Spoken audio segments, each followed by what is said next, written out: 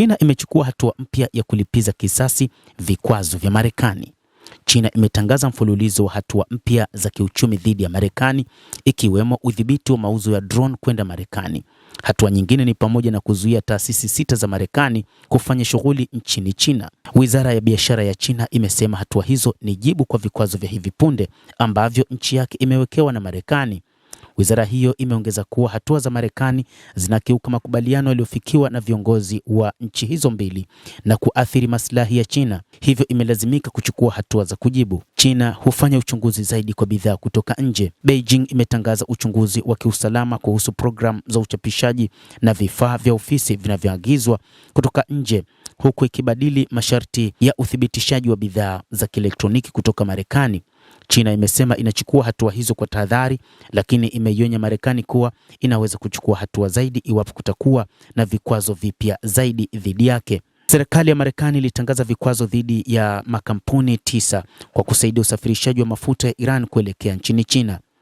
Kampuni 4 za makao yake Hong Kong na 4 nyinginezo ziko katika Falme za Kiarabu na kampuni 9 zenye makao yake huko Oman. Haya yalifanyika kabla ya ziara ya Rais wa Marekani Donald Trump huko Beijing, ambapo alikutana na kiongozi wa China Xi Jinping. Lakini hata baada ya kumalizika kwa mazungumzo ya viongozi hao wawili, bado kumekuwa na namna ambavyo viongozi hao, hasa Marekani, imeweka vikwazo dhidi ya taifa hilo la Uchina. Hata hivyo, baada tu ya kuapishwa kwa Rais wa Marekani Donald Trump, Marekani iliwekea vikwazo taifa hilo la Uchina lenye watu karibia bilioni 1.3, ambapo vikwazo hivyo Rais wa Marekani aliona pengine ni katika kuhakikisha anaifanya China kuweza kuhakikisha ataifanya China apendavyo, lakini sasa inaonekana wa China wenyewe wameamua kujibu zaidi juu ya vikwazo vinavyowekwa na Marekani. Hata hivyo, China pamoja na mshirika wake Urusi zimesisitiza kwamba watakuwa na ushirika wa karibu kwa ajili ya kuhakikisha wanapambana na mipango ya Marekani ya kuzidhoofisha nchi hizo. Marais wa China Xi Jinping na mwenzake wa Urusi Vladimir Putin walisisitiza juu ya uhusiano wa karibu kati ya nchi hizo walipokutana huko Beijing katika safari iliyofanywa na Putin katikati ya ziara huko nchini China. Hii ilikuwa ni mnamo mwezi Mei mwaka huu.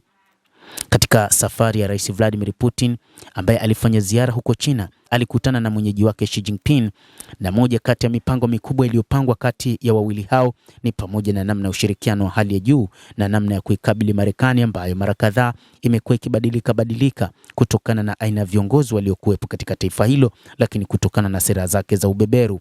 Viongozi wa Urusi na China pia walijadili masuala yanayohusu nishati na usalama miongoni mwa mambo mengine.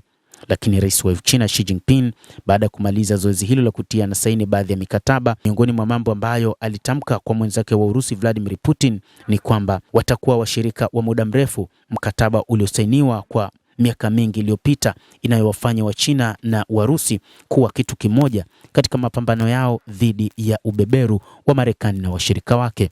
Endelea kutufuatilia mtazamaji, lakini ni kusihi usisahau kulike, usisahau kucomment.